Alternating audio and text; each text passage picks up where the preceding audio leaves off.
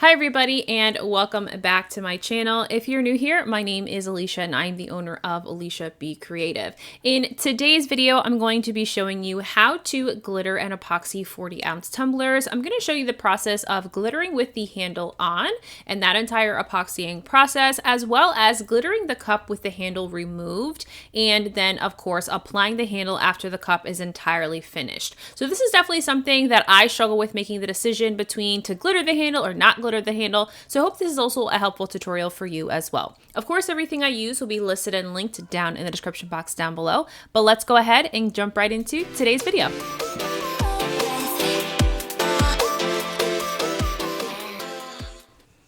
So I am going to show you, of course, the prep process for both of the tumblers, and I'm going to show you the glittering process and, of course, give you some tips and things that I definitely learned along the way when it comes to either glittering the handle or not glittering the handle and applying it later.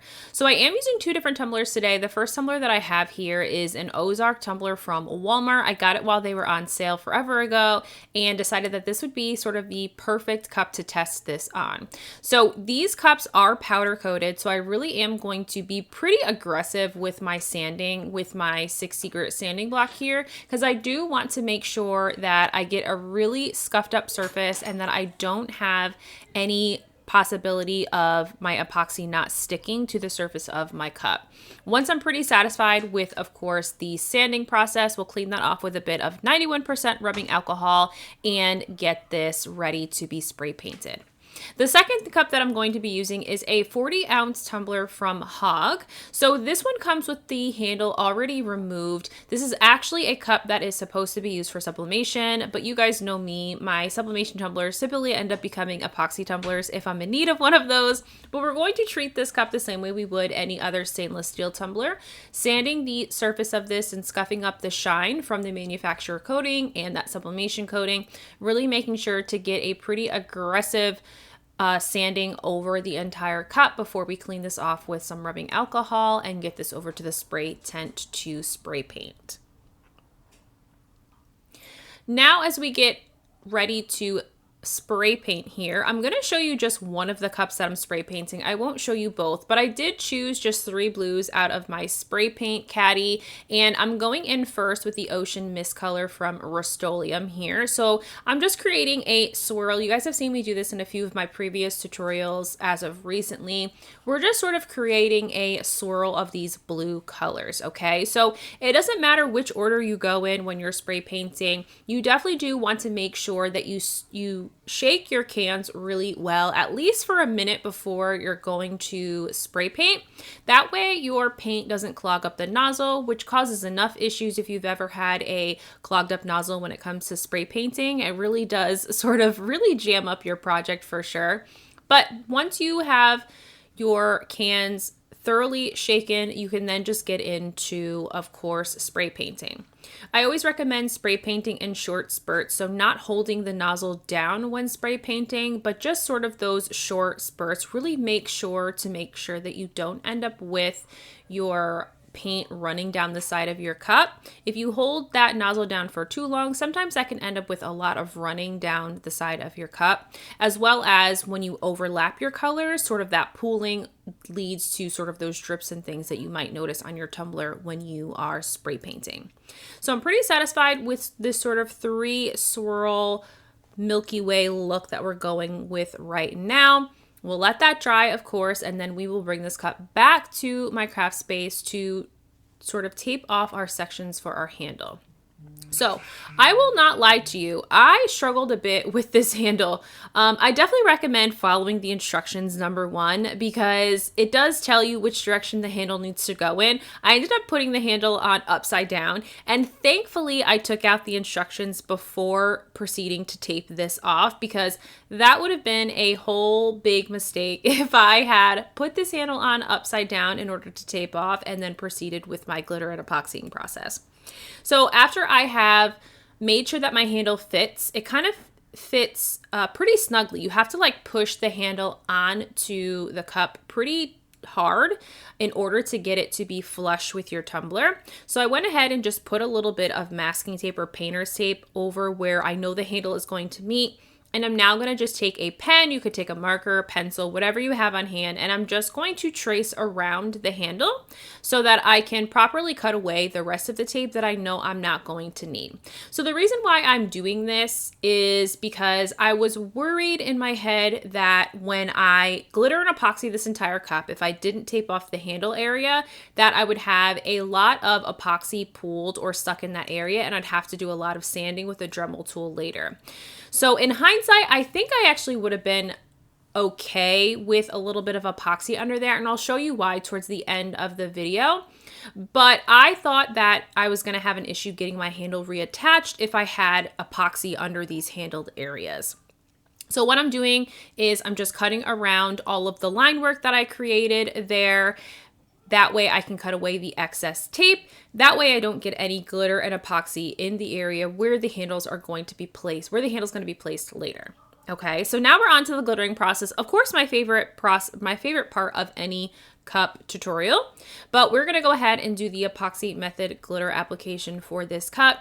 So I have about 5 ml of epoxy here, and I'm gonna use all of it on this cup. I should have taken the opportunity and time to warm up my cup. It would have helped smooth this epoxy on so much easier and so much better, but of course I didn't do so. So you're gonna watch me struggle a bit to get this 5 ml of epoxy spread thinly over the entire cup before we proceed to glittering.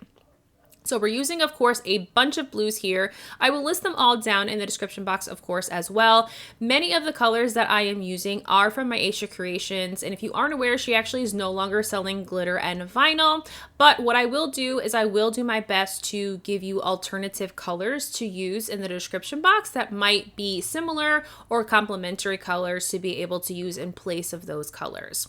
So the first color I went in with was Bizarre Blue. This one is Ocean Blue. It's like a chunky blue mix here. And so I'm just choosing my each spray painted line where I'm going to be putting each color of glitter, okay? So you guys know that the way that I prefer to glitter cups is I like to layer my different cuts of glitter. So I always start with my super chunky glitters, getting those placed as sort of a landscape or, you know, just a draft of where we're going to be putting all of the other colors, and then kind of move to the smaller cuts as I go through.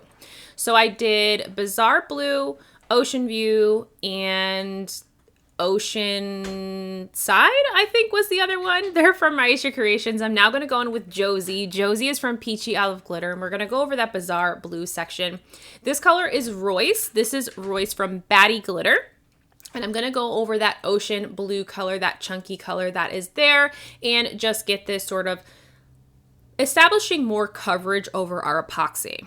Next, we're going to go in with Peter Pan. Peter Pan is going to cover up that sort of translucent other ocean blue color that I had applied to the medium blue color on the cup. And again, what I'm doing is I'm just continuing to build up my colors until I have full coverage throughout the cup. So we're going to finish out our darkest blue colored section with Paris Island from Peachy Olive Glitters, and that is just going to round out the dark deep blue section. I'm then going to go in with Glass Slipper, and that's going to cover up our medium blue section and just help us to, again, ensure we have full coverage over the cup. You'll also notice that I'm not really doing a lot of blending, so to speak, slightly, but not really focusing a whole lot on that blend. More so because I know that we're going to be adding some white colorants and some blue colorant to add a bit of a Milky Way swirl to this. So I'm not really desperate to ensure I have the perfect blend throughout the cup, because really the focus is going to be those Milky Way swirls all over the entire tumbler.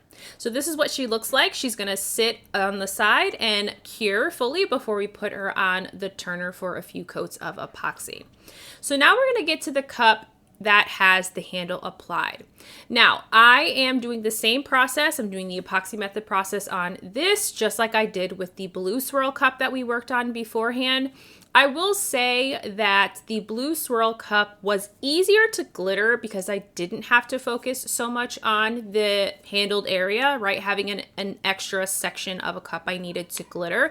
So the glittering process really did work out quite well on the blue cup. Whereas you're gonna see me on this cup really have to focus really hard on the handle to ensure I get full coverage. The worst thing that can happen, and if you worked with handle cups, you totally understand the struggle, but what happens with handled cups sometimes is the glitter sometimes just doesn't like to stick, you know? So when you're just glittering through the process, unless you are purposefully like laying it on the handle, sometimes the glitter just sort of falls off, or you end up with a little bit of a bald space right under where the handle is.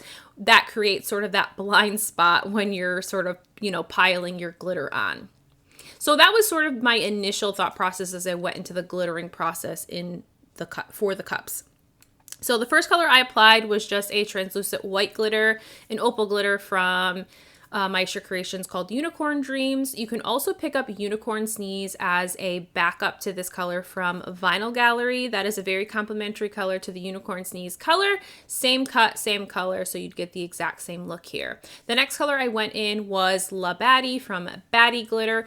Any chunky, like hot pink color would work really well. The only color that it might be a little bit difficult to find is that purple color there, and that was Amethyst from Maestra Creations. It is definitely a blend of multiple colors, so although it is a true like purple pink color, it has flecks of like a hot pink and like a teal color, which is why the pink and teal colors that I'm applying now sort of matched so nicely to that. So after the amethyst color, I went in with Magical Mint from Maestra Creations, and now we're doing bubblegum to cover the La Baddie glitter. Of course, any hot pink glitter that you have or bubblegum colored glitter would work really well. So now you're going to see me focus a lot on the handle. I really wanted to make sure that I got the handle covered thoroughly with this glitter because I didn't want there to be any bald spots. So although the cup is, you know, white and it probably wouldn't look too weird, but I definitely wanted to make sure I had full coverage. So taking my time, and definitely take your time when you're in the glittering process to make sure your entire handle is covered with glitter before you set that aside. So just spend a little extra time with that handled area, just like you would during the epoxying process. So both cups sat and cured for a few hours before I spray sealed them so that I could epoxy them at the same time. Both cups got 2 coats of epoxy. I use Flint's Sister Supply Shop Fast Cure Epoxy to get my cups fully coated with just a couple coats. I did about 60 mLs each for the first coat, and then I followed up with 30 mLs about 4 hours into that initial coat so that it was fully covered and that there wasn't a whole lot of sanding that I would need to do. So of course now I am doing the sanding process, really focusing on the top rim and my handle of the cup that still has the handle on there, making sure that there aren't any sort of pokey bits of glitter sticking up and making sure we sand those down before these go back on the turner. So the one thing that I think everyone struggles with when it comes to epoxying large cups like this is getting them on your turner. So I definitely would encourage you to pick up larger foam inserts. That is what works best for me to ensure that my cups stay on the turner at all times, because nothing is worse than not having an insert that fits properly into your cup and finding that cup on your mat or on the floor, you know, a few hours later when you go to check on it. So I definitely would encourage you to pick up like really large foam inserts. You'll see that with the blue cup, I only needed to use 1 large insert just because of the length of this arm that I'm using. But in the other cup, I needed a little bit more stabilization so that the weight of the handle didn't cause it to sag. So I put a smaller insert toward the bottom and then the larger insert up top, of course, to cover the entire width of that inside of that cup. So now you're just going to watch me epoxy the initial coat of epoxy before we add our swirls. And so obviously really simple and easy for me to epoxy the cup that didn't have the handle on it. I just was mindful that I went around those areas that I had taped off that have no glitter on them to make sure I don't get any epoxy there. And with this cup that has the handle, I'm going to work on the body of the cup first, really making sure I get a really good coat of epoxy all over the entirety of the bulky portion of the cup before I take my time to focus on the handle. I feel like with handled tumblers, You definitely want to make sure that you spend the time to focus on the handle after you've gotten the rest of the epoxy on your cup, because that way you can really dedicate as much epoxy as you need to that handle and ensure that you are sort of swooping your fingers around where the handle meets the cup so that you don't end up with any epoxy that could potentially pool there. So I really encourage doing a thin enough layer that you're not going to get a whole lot of movement, but also ensuring that you pay extra attention to the handled area to make sure you get good coverage over your glittered handle. So now that those are torched and we've got that initial coat on there to make the surface of each cup sort of slippery and smooth, we're going to work on adding some colorants to the rest of the epoxy that we have left here to be able to add our Milky Way swirls onto here. So in one cup I added just a couple drops of white epoxy dye. The second cup is going to be for the blue cup only, and I'm going to add a neon blue pigment that I picked up from Amazon forever ago and a little bit of some unicorn alcohol ink that I have on hand. The final cup I added a bit of pink Diamond Magic from Maestra Creations, but any pink pigment that you have, neon or even just a couple drops of paint, will also be a good additive to give you those pink strings of epoxy. So now, of course, for the Milky Way process. So I am speeding this process up because I just did a tutorial last week going through the process of doing a Milky Way. It's the same exact sort of process that I did in that video. But what I'm starting with is the white strings of epoxy, just dipping my stir stick into that bit of epoxy and dragging it through the different sections of color. Once I'm done with the white on both cups, I'll go in with the colorants. I'm going to start with the pink on the pink, purple, and teal cup first. And I'm just putting those pink strings of epoxy in between the white strings of epoxy. So just really taking my time. I'm okay if I'm a little bit messy here because I really do spend my time to ensure that I clean everything up after I've added a little bit of heat, spread things out and run my finger through that. Then I'll be able to clean up anything that looks weird, looks messy, doesn't look good to me with my gloved hand and a paper towel. So after I applied the blue lines, again, in between the white lines on the blue cup, I'm now just going to go back through on both cups and run my finger through the white strings of epoxy, then through the pink strings, and then the same on the blue cup, running my finger, just spreading that out, the white epoxy, and then of course the blue, just to sort of spread those lines out and remove some of that, thickness to some of those areas that got a lot more of that pigmented color epoxy on it than I needed. Once I am pretty satisfied that those are kind of thinned out, I'll now take my heat gun and just apply a little bit of heat. This is going to allow my epoxy to do a little bit of movement, get it to swirl slightly, but I don't want to add too much heat that it ends up completely swirling around my entire cup. I really want to control the swirl here. Remember, the more heat you add to your epoxy, the more that the pigments on the top layer are going to sort of swirl and twirl around your cup. So if that's what you're going for, then great. But typically with a Milky Way, we don't want those strings of epoxy to go swirling all the way around the cup. We really want to try and keep them in that diagonal fashion.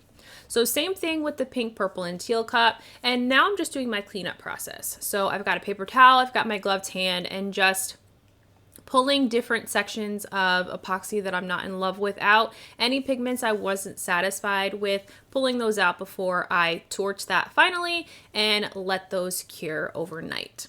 So these are done as far as the epoxying process. I'm satisfied. They are super smooth, even better than I could have imagined as far as the smoothness of them. I didn't even need to add a final coat of epoxy.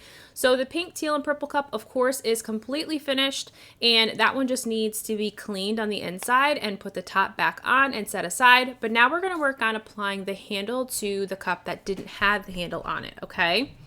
So the first thing I'm doing is those little sections, those brackets, if you will, that are what the handle attaches to. I'm removing any of the epoxy that got stuck to this in the epoxying process.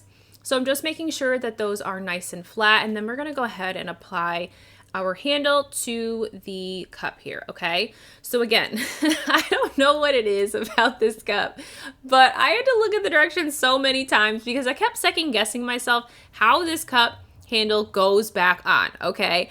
I really hardcore struggled for a long time. As you can see, I'm looking at it and I'm going, there's no way that I put this handle on wrong. So then I tried to flip it upside down and it looked even worse. And I was like, that can't be right. And the reason why I'm staring at this is because you can see where I had taped off. And I'm like, I know that I cut really close to the handle, so I shouldn't be able to see those sections. So it turns out that I had lined these incorrectly. There's actually 2 slots on the inside of the handle section, and you're supposed to push it to where the bracket goes into closest to your screw hole, because you get really short screws for these handles. So that's why it took me so long to figure out what I was doing wrong.